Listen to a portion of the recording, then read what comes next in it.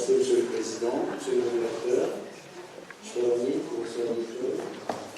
Grand merci et félicitations pour ce cocktail de l'intelligence africaine, un monde qui se retrouve ici. Merci encore une fois. Et puis mon voisin immédiat, je sais qu'on s'est rencontrés à le débat. Merci vous aussi, madame, et à tous. L'intrigue est réelle, parce que moi, je me demande pourquoi le titre. Car en fait, est-ce qu'il y a une pensée ancienne? S'il y a une pensée ancienne pour l'Africain, n'est-ce pas la pensée du colonisé? Ou alors, n'est-ce pas la pensée du non-être de l'Africain lui-même en tant qu'Africain? Est-ce qu'il a été? A-t-il jamais été? Comment a-t-il été pour qu'il ait pu penser sur sa propre pensée, pour aller vers la métapensée? Or, si cette métapensée n'est pas bien pensée, alors il faut trouver un pansement. Donc il faut penser la pensée. C'était cela. Hein? Je n'étais pas là pour les préparatifs, mais justement, cette pensée n'ayant pas été bien pensée, il faut trouver un pansement et nous sommes là pour chercher ce pansement dans une logique de malaise réel. Je vais vous partager 3 malaises. Le premier malaise, c'est le malaise d'un enseignant qui pendant longtemps a enseigné le plan dialectique, thèse, antithèse, synthèse. Intrigue, je crois, pour notre génération. Aujourd'hui, on regarde, après le système de parti unique, il n'y a plus de thèse ou il n'y a plus d'antithèse dans nos environnements. Je n'en dirai pas plus sur la question. Parce que si vous êtes dans un état où vous faites une antithèse par rapport à la thèse, de la thèse, il n'est pas impossible que si vous avez une petite entreprise, elle soit menacée et qu'elle soit mal à l'aise. Et même votre carrière. Deuxième malaise, c'est le malaise de quelqu'un qui aime à qui on a dit qu'il faut exprimer sa liberté. La liberté d'expression. Liberté d'expression. Et puis on parle. On est à la télévision, on est à la radio.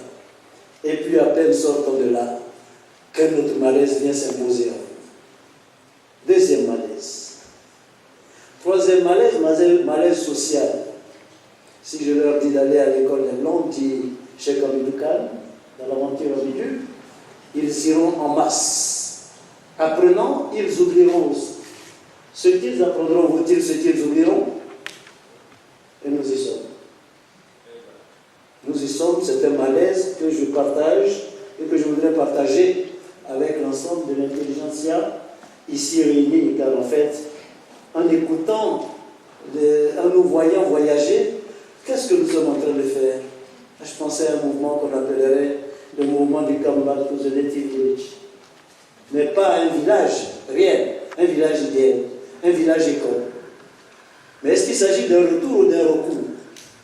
Si je retourne, que je m'y installe, alors il n'est pas certain que j'ai eu une nouvelle pensée. Si je recours, je prendrai quoi?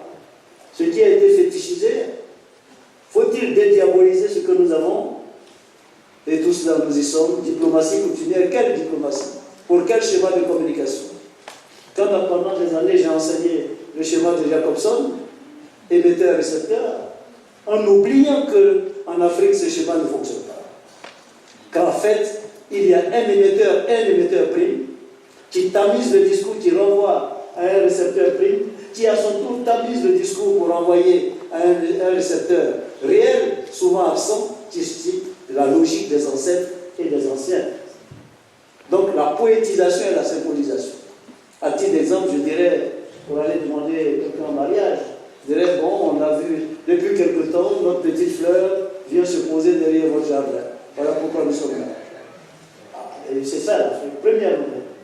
Et donc l'art de la nouvelle même qui va être un prélude à la rédaction, à la dissertation. Et alors on comprend déjà la poétisation du discours. C'est après qu'on dira oui, effectivement, on se rend compte, etc. Donc on ne viendra pas dire, pour ce mariage, vous devez donner 3 pagnes, 3 chaussures, et venir bazarder, excusez-moi l'expression, mettre les 3 pagnes là et puis s'en aller. Non, il y a une poétisation du discours. Alors, n'est-ce pas cela, toute la dynamique de la diplomatie coutumière africaine? N'est-ce pas cela? Nous parlons. Quel est l'environnement dans lequel nous parlons? Tout à l'heure, quand les 2 collègues sont intervenus de l'autre côté, j'ai voulu reprendre la parole pour dire, mais nous consommons même des expressions qui nous condamnent. Le vivre ensemble. En français, ça ne veut rien dire que je sache. Vivre ensemble, il y a 3 hypothèses. Les animaux domestiques vivent avec les animaux. On vit dans la jungle ensemble. Mais vivre ensemble ne devient intéressant pour nous que si nous ajoutons le mot pacifique, qui est un qualificatif. Le vivre ensemble pacifique, le vivre ensemble harmonieux. On nous dit en pédagogie, maintenant nous faisons la pédagogie par objectif. Tous les enseignants y vont. Un matin on vous dit, non, on a changé, c'est la pédagogie par compétence. Il faut savoir où sommes-nous dans ce débat mondial, dans ce débat mondial. Où sommes-nous dans cette institution internationale? Et ça fera certainement partie de mes propositions. Quand un autre collègue nous dit, notre panel nous dit, oui, Cheikh Anta, oui, on a fait le voyage de Cheikh Anta. Mais si l'Afrique est le berceau de l'humanité, d'où viendrait que tout ait pu partir de l'Égypte ancienne? J'incite, où je trouve le vestige des rochers avec des visages humains, de pierres taillées, de pierres polies. Je ne pense pas que là où je trouvais le site, les gens sont partis de l'Égypte pour venir faire ce travail-là. Donc il y a toute une révolution intellectuelle et culturelle. Je crois que c'est l'une des conclusions auxquelles je parviendrai. Il nous faut faire maintenant notre révolution culturelle. Donc diplomatie coutumière africaine. Est-ce qu'il faut dire diplomatie coutumière? Est-ce qu'il faut dire diplomatie? Or, la diplomatie ici, c'est une science et un art. L'art de parler, l'art de dire. Tu vas convoquer tout ce qu'il y a comme les schémas, les théories de la communication, la programmation neurolinguistique, la gestathérapie et bien d'autres, l'analyse transactionnelle. Le deuxième élément, c'est coutumière. Est-ce que je dis coutumier? Est-ce que je dis traditionnel? Si c'est une tradition, c'est-à-dire ce qui se répète, donc ce n'est pas forcément africain. Mais est-ce qu'il s'agit d'une diplomatie coutumière d'Afrique ou d'une diplomatie coutumière africaine? Nous devons nous arrêter sur tout ça. En nous arrêtant sur tous ces points, donc, disons que, au plus fort de la crise en Côte d'Ivoire, je me suis dit, est-ce qu'il n'y a pas nos propres moyens de résolution de nos crises? C'est comme ça que j'ai conçu le Festival international de la route des reines et des rois. La route physique pour marcher vers les différents types de royauté et de gouvernance traditionnelle. La route philosophique, mais également la route spirituelle. Point de gouvernance sans spiritualité, pour être dit. Mais là encore, ce sont des pistes, les étudiants sont là, vous allez creuser plus tard. Sur le mot diplomatie, donc je vais prendre les 3 éléments, je retiendrai 7 éléments. En quoi la diplomatie ici, la diplomatie coutumière peut-elle être un élément de recherche, la diplomatie, la méthode. La recherche ici en diplomatie coutumière consisterait à aller, et c'est la méthode, à aller en immersion cognitiviste.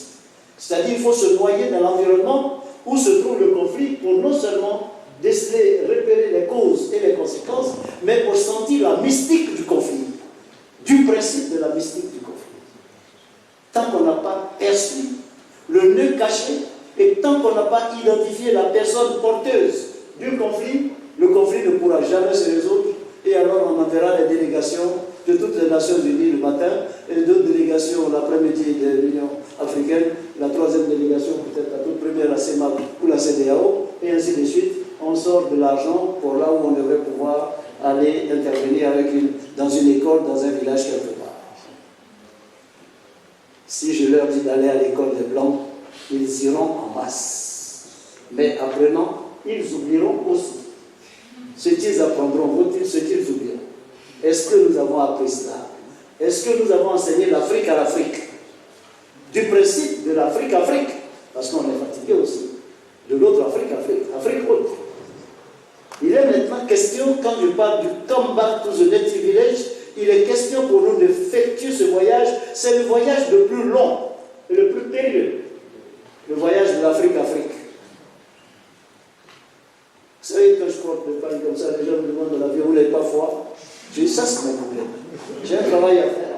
J'ai la défense et l'illustration de mon. Effectivement, ils ne savent pas que quand vous portez le pain, au moment où vous devez dire bonjour, saluer les ancêtres, vous sortez un pied de votre chaussure, donc c'est le type de chaussure. Il faut descendre légèrement le paille pour dire on parle aux ancêtres. Et quand j'ai froid, je porte mon paille autrement, parce que alors je peux me couvrir. Et quand je dois travailler, je porte mon paille autrement parce que je sais. Et quand je dois courir, je sais porter le paille d'une autre façon. C'est toute une école.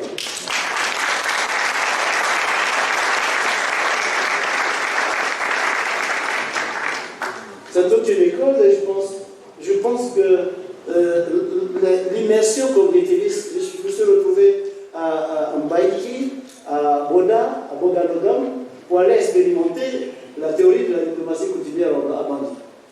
Eh bien, là, il fallait se noyer. Voir qu'il n'y a pas de cases traditionnelles, de cases de la... Il faut créer des cases, il faut permettre aux gens de s'installer. Je reviens encore, vous comprenez bien, je ne peux pas parler de diplomatie coutumière dans une situation que nous vivons avec le Mali, ou en Côte d'Ivoire, sans que nous abordions la question. Oui, quand l'État, quand un chef, chez nous on dit le chef ne parle pas en public. C'est l'un des principes. Parce que quand le chef a déjà parlé, la parole peut être une bombe. À partir de ce moment, quand deux chefs ont parlé, il n'y a que les chefs traditionnels qui, de façon souterraine, peuvent mener la diplomatie. Les deux chefs ont fini de parler. Nous nous sommes retrouvés à Bamako, récemment, où justement, nous avons actionné la diplomatie coutumière. La question n'est pas de savoir qui a raison et qui n'a pas raison. En Afrique traditionnelle, on parle du principe que vous avez un village. Vous vivrez dans le village et de génération en génération, vos enfants vivront et vos petits-enfants vivront. Donc, quelles que soient les circonstances, la diplomatie coutumière va nous conduire vers une approche consensuelle, qui va même vers la démocratie consensuelle. Encore, on a effleuré cette question ce matin. Mais il faut être dans l'environnement. Il faut sentir l'environnement. Il faut psychanalyser l'environnement. Il faut interroger les ancêtres. Et ça, encore là, Mirabeau Diop nous invite. Écoute plus souvent les choses que les êtres. La voix du feu s'entend. Entends la voix de l'eau. Écoute dans le vent le buisson en sanglots. C'est le souffle des ancêtres. Les morts ne sont pas morts.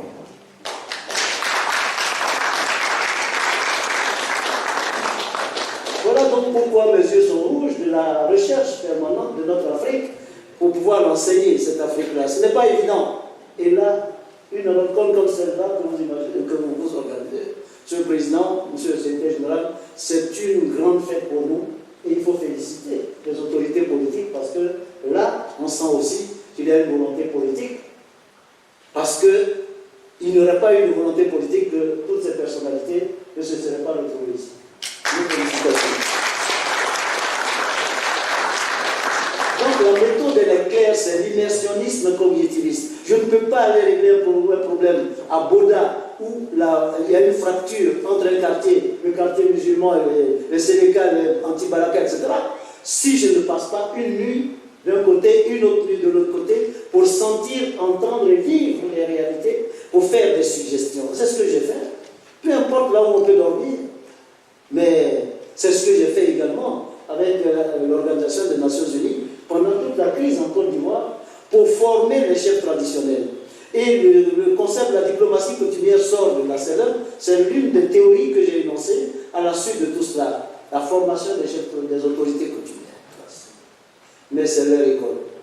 Fort heureusement, les années qui ont suivi, le président de la République actuelle, qui a parrainé une des manifestations, a opté pour la mise en place d'une chambre des rois et des chefs traditionnels. Mais s'il y a une institution comme le Sénat, s'il y a une institution comme l'Assemblée nationale, où sommes-nous dans la balance? Une chambre des rois et des chefs traditionnels. Mais où sommes-nous si le président de la République est musulman et qu'un évêque prend la parole dans son homélie pour dire des choses qui peuvent être en contradiction avec la vision du chef, on dira que les musulmans sont opposés aux chrétiens. D'où, à la dernière édition de mon festival, la nécessité d'inviter des autorités politiques à mettre en place une chambre des guides religieux et des leaders spirituels. Même dans un État laïque, en tant qu'organe consultatif. Donc, tant que nous n'avons pas agi sur nos institutions, tant que nous ne sommes pas imprégnés de nos réalités et des l'être de notre être, alors nous allons continuer cette aventure, qui ne peut qu'être une aventure ambiguë. L'espace pour la diplomatie coutumière, vous dites, mais dans cette affaire, les chefs, on ne les a pas vus. Mais on ne les verra pas. Les chefs travaillent dans la case. Et le soir, il y a des espaces. Il y a une alternance, bois sacré, place publique, arbre à palabre. J'ai vu les palabres vespérales. Ce matin, on était en train d'engager un débat là-dessus. Mais effectivement, ce sont des palabres vespérales. Pourquoi? Parce que quand on revient des champs, pendant que les femmes travaillent au champ, l'homme a une autre fonction, c'est la fonction administrative. Il va sur la place publique pour savoir si le commandant n'a pas donné des instructions, pour savoir quels sont les problèmes qu'il y a eu. Et on revient le soir, et c'est là où il y a une convergence. Quand la femme fait semblant de piler, elle écoute tout ce qui se dit, et c'est plus tard qu'elle va donner avec les tantes, les conseils et tout ce qu'il y a pour aller vers un consensus. C'est une quête permanente de la vérité. Ce n'est pas 2 plus 2 dans cet univers égale 4. Dans cet univers, c'est 2 plus 2 égale 4 plus 1. C'est-à-dire puissance 1. Et cette puissance 1, parfois est plus lourde que le 4 que nous avons obtenu.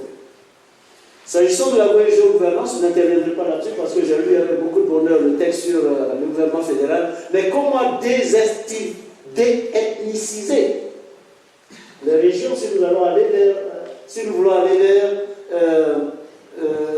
vers un État fédéral? La détribalisation, je ne citerai pas tribalique dans les Lopez, mais la détribalisation. Cette fédération ou cette confédération, on va la faire comment? C'est là aussi la géogouvernance, mais une géogouvernance scientifique et une géogouvernance tournante, même dans nos régions.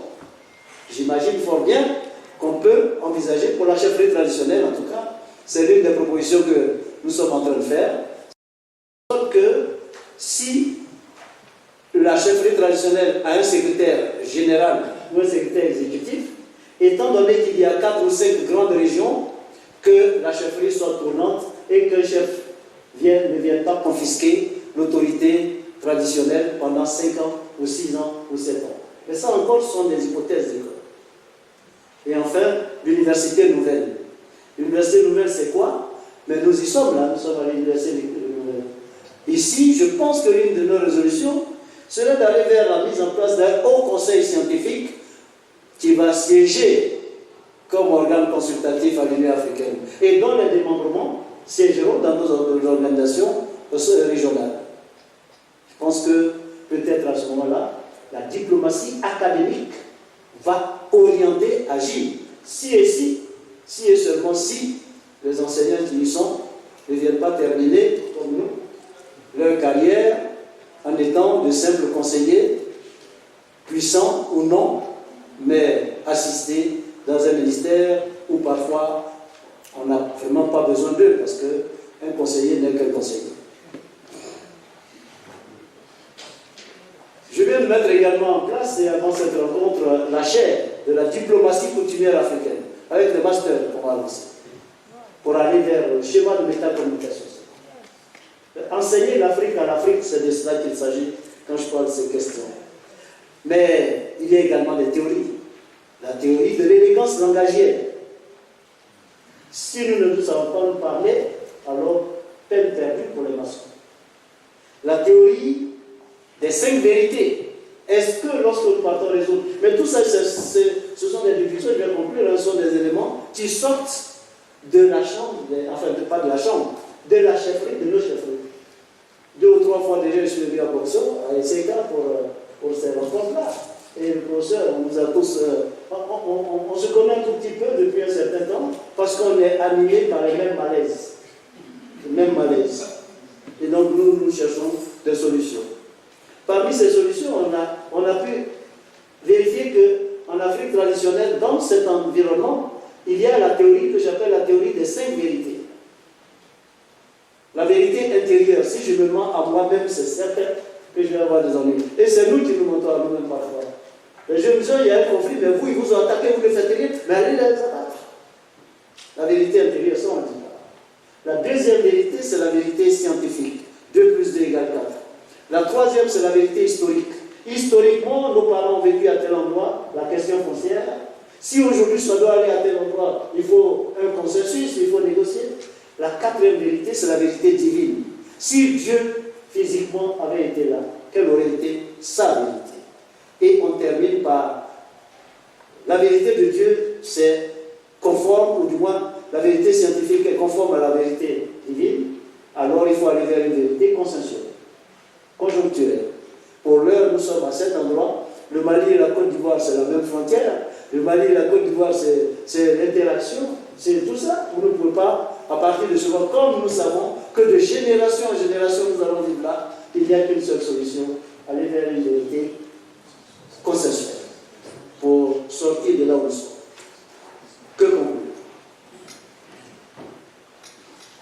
Que, je crois que nous devons avoir foi en nous-mêmes, croire en nous-mêmes. Comme je l'ai dit, j'ai pris cet exemple de la tenue vestimentaire, mais ce n'est qu'un exemple. Qu'est-ce que nous laissons aux générations futures, aux générations montantes, à nous-mêmes déjà, aux générations futures? Quelle Afrique? Et Jean-Yves Matiba l'a bien écrit, cette Afrique-là. Cette Afrique-là. Deuxième élément de proposition, le voyage pour aller vers la dédiabolisation de nos valeurs. Parce qu'en fait, nous avons des valeurs. Nous avons même certaines de nos pratiques qui ont été condamnées, sont des pratiques qui doivent être valorisées. Il faut défétichiser tout ça. Avoir foi en soi. Troisième proposition, je crois en écoutant l'archevêque ce matin et en nous écoutant nous-mêmes, je me demande si l'heure n'est pas venue pour nous de créer un ordre de spiritualité négro-africaine. Un ordre de spiritualité négro-africaine comme les autres. Je ne citerai rien. Pour qu'on dise après 2 ans, il devient maître, petit maître, grand maître, moyen maître, enfin, et puis on avance à la maîtrise.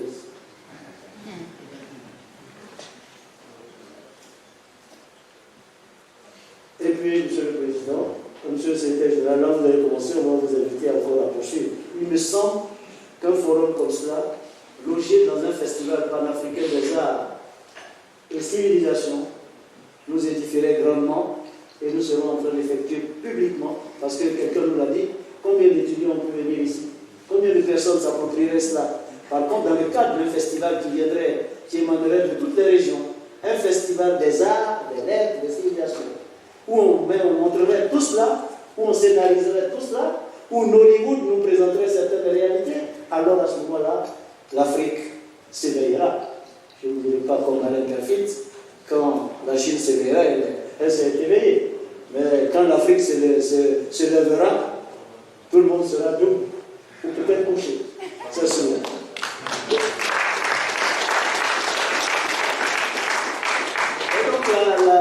La passion que nous avons, et si je n'avais pas pu venir, le secrétaire exécutif, vous comprenez que j'aurais eu mal, parce que l'heure est venue pour notre génération qui est en train de voyager, mais on ne s'en va pas.